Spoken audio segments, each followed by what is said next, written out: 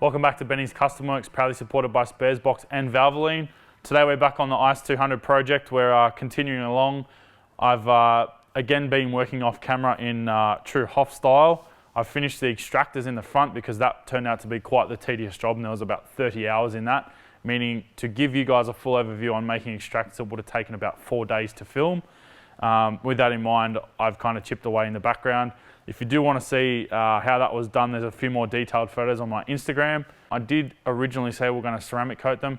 However, I kind of went against that purely because I know I made them and they'll probably crack. So I'd like to be able to just easily repair and weld those. So by painting them, it means I can grind the paint off, weld them back up, repaint them, and you won't really be able to tell that we've repaired them.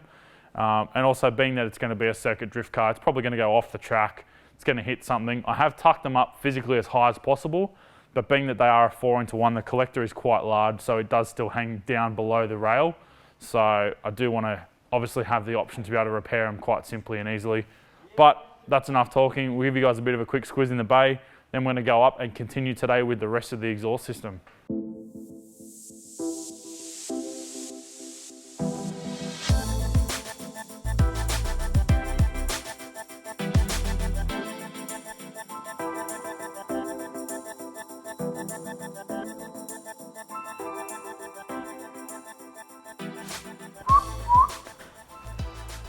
I'm going to have to use maths today because we're going to be joining 2 3-inch tubes in the middle here and then expanding that tube into 3.5. So I'm going to actually cut it at further than center point, so we get enough material to basically stretch it to 3.5 inch without having to add bits and make it look like a bodgy pie cut, which will probably look like that anyway because I'm doing it.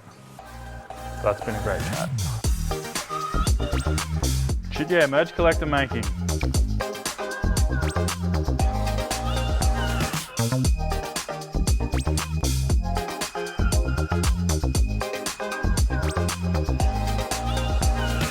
So 11 millimeters either way. Quick maths.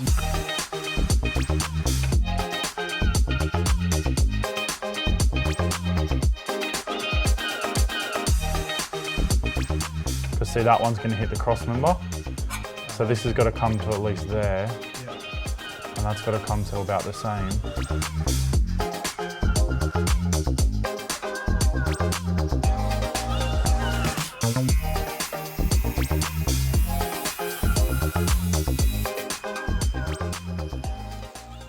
I mustn't have been too far off. That'd make it so much easier if I had a wide landing shear and just go.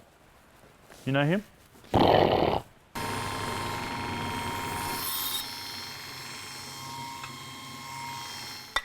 Nah, internet.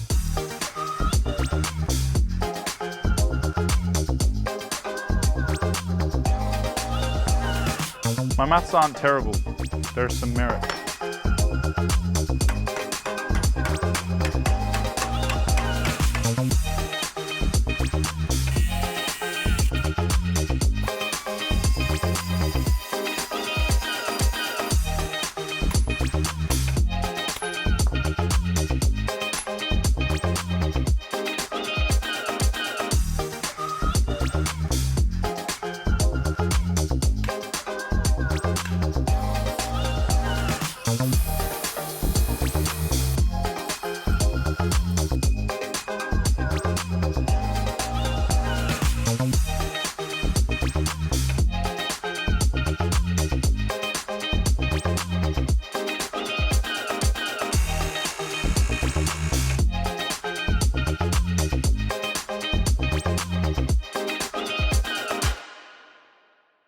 To the bashing log.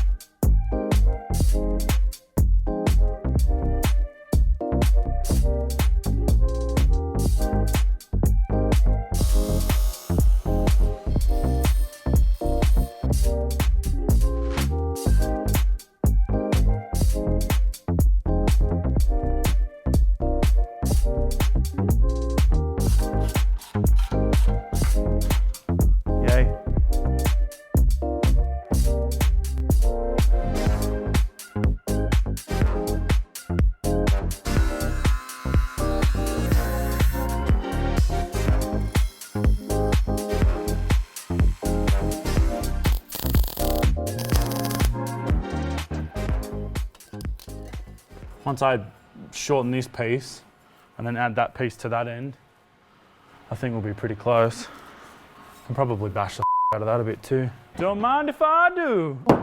So I think I'm just gonna cut it there. That'll do, there.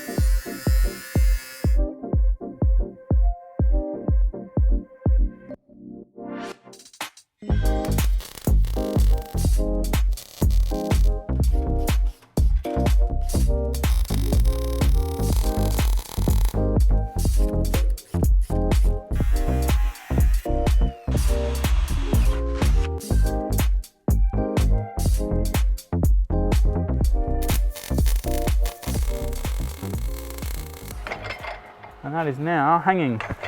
Gotta go. That makes sense. Just gonna send it straight to the bin probably. It's my spectacles.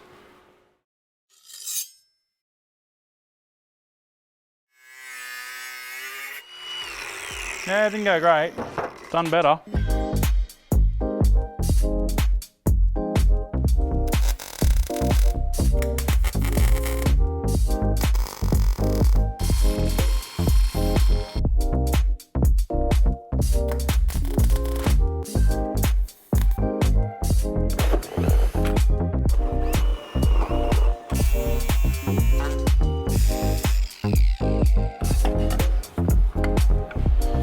Something exhausted.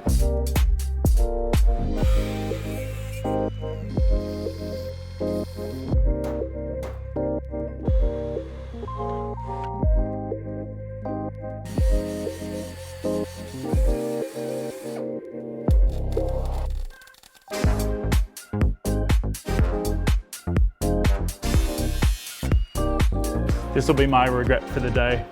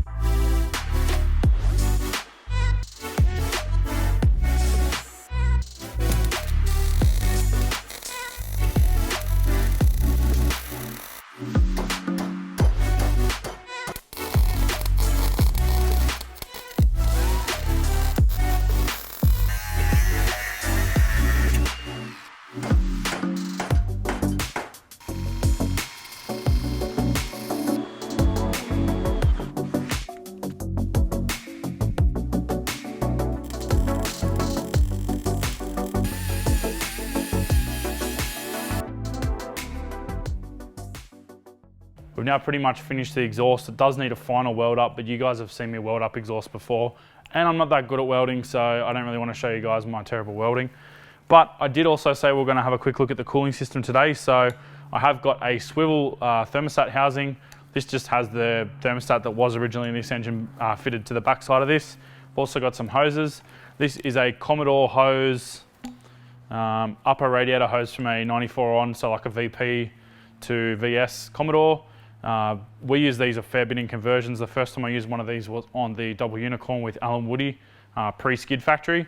And Al pretty much opened my eyes to these things, and they work really well in conversions because you can cut them up with any sort of length and you get plenty of bends out of them. So sometimes you can use it for the top and the bottom one, depending on what you're doing. That's going to be our bottom hose.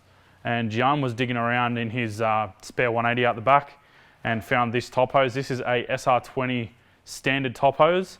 Now I've kind of had a quick visual of this, and this thing looks pretty darn close. So I haven't test fit it yet, but I'm pretty excited to whack that on and have a look. If that fits, that's going to be a super easy part to get. This one's silicone. I'll probably actually replace it for a rubber one down the track, but at least I know what is going to be required. So we're going to throw this on, we're going to throw our thermostat in, then we're going to look at our bottom hose as well. That was made for that. That's ridiculous. Yay.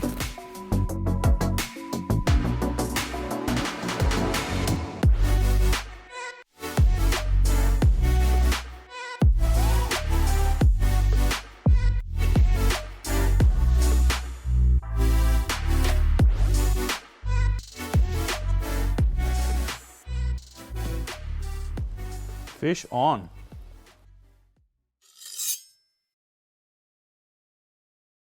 Today's been another full-on day. We've got a lot done. We've got our exhaust finalised from front to back now.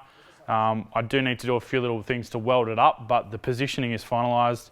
Obviously the tip's pretty offensive at the moment. I am going to get another rear bar though, so that rear bar was already melted, and it's also been hammered from when this was originally rear-ended. That's the actual rear bar from when it was crashed. So it is a bit of a consumable, and it's going to go to the bin at some point. But I figured it was better off to just cut it out and give me plenty of room to work with, and I can actually measure the bar that's going to go on here neatly. On the back of that, we did do our cooling system. It was super quick. Went for a swivel thermostat housing, just got that from eBay. And we've also gone with a Commodore upper hose for the bottom hose, and an S13 Sylvia hose fit perfectly from the engine straight to the standard IS200 radiator. So super stoked with that. But next episode we'll be mucking around with wiring again. I'd imagine we're at that point now where it's almost ready to run. I may look at doing some sort of intake before we try and start it, because it'll be nice just to have it done. I do need to revisit our accelerator pedal as well, so a few little things to fill around with there. But we've definitely kicked some goals. Don't forget guys, if you are on Sparesbox, BCW5 on checkout. Thanks for watching. We'll see you next time.